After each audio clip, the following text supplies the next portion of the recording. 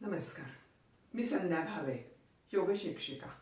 मी यापूर्वीच अनुलोम विलोम या प्राणायामाचे व्हिडिओ पाठवलेले आहेत. त्यामध्ये अनुलोम विलोम हा प्राणायाम कसा करायचा, त्याची दक्षता काय घ्यायची, त्याचे काय काय फायदे होतात, हे सगळं त्या व्हिडिओमध्ये पाठवलेलं आहे.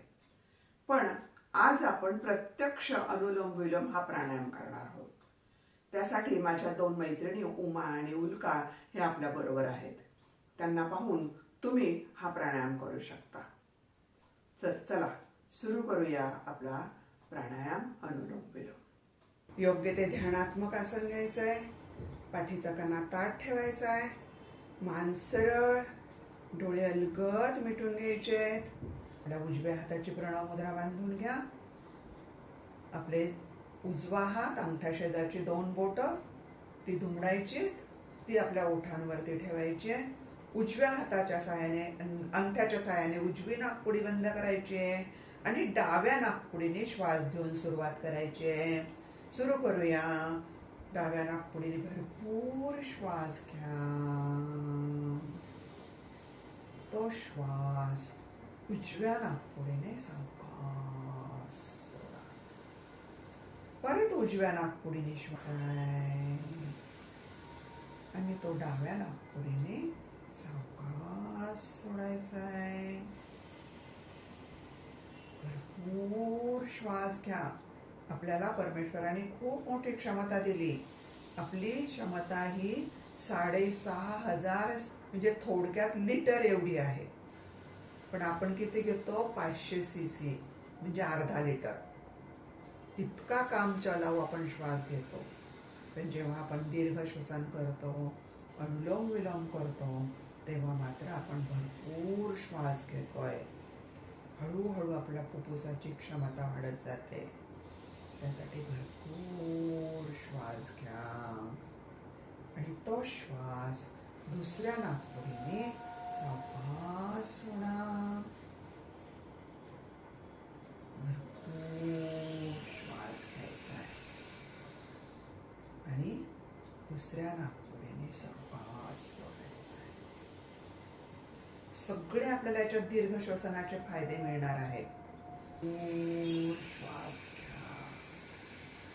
याला नाडी शुद्धी प्राणायाम असं म्हणतात. आपल्या सगळ्या 72,000 नाड्या ज्या आहेत त्या यामुळे शुद्ध होतात. भरपूर श्वास घ्यायचा आहे आणि तो श्वास दुसऱ्या नाकपुडीने सावकाश सोडायचा आहे. आपला बीपी अगदी नॉर्मल राहतोय.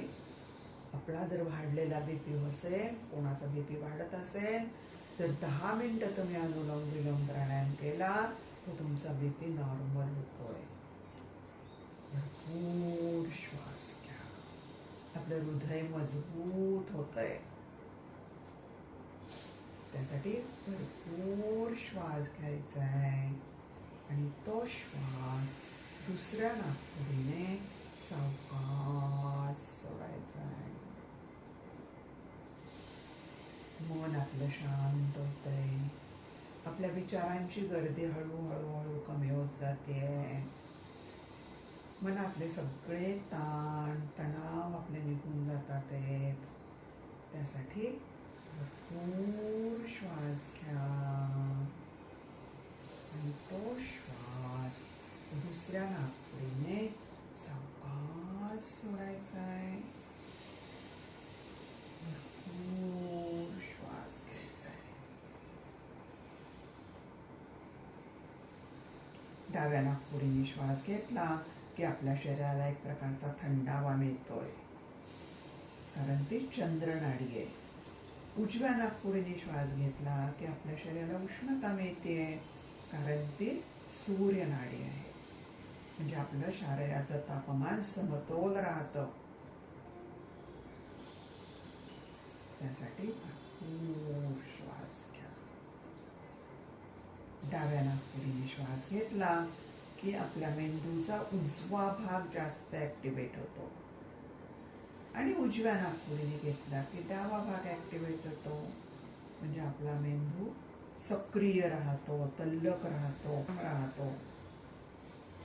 त्यासाठी भरपूर श्वास घ्यायचा आहे आणि तो श्वास दुसऱ्या नाकपुडीने सावकाश सोडायचा आहे.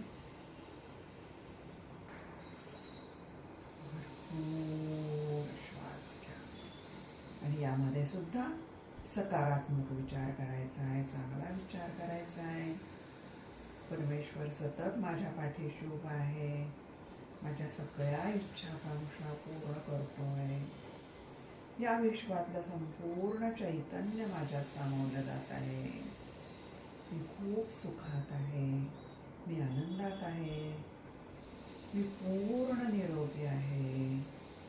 आणि जर कळत नकळत जर काही आजार असेल तर तो माझ्या या श्वासातून दूर निघून जात आहे. असा विचार करा आणि भरपूर श्वास घ्या.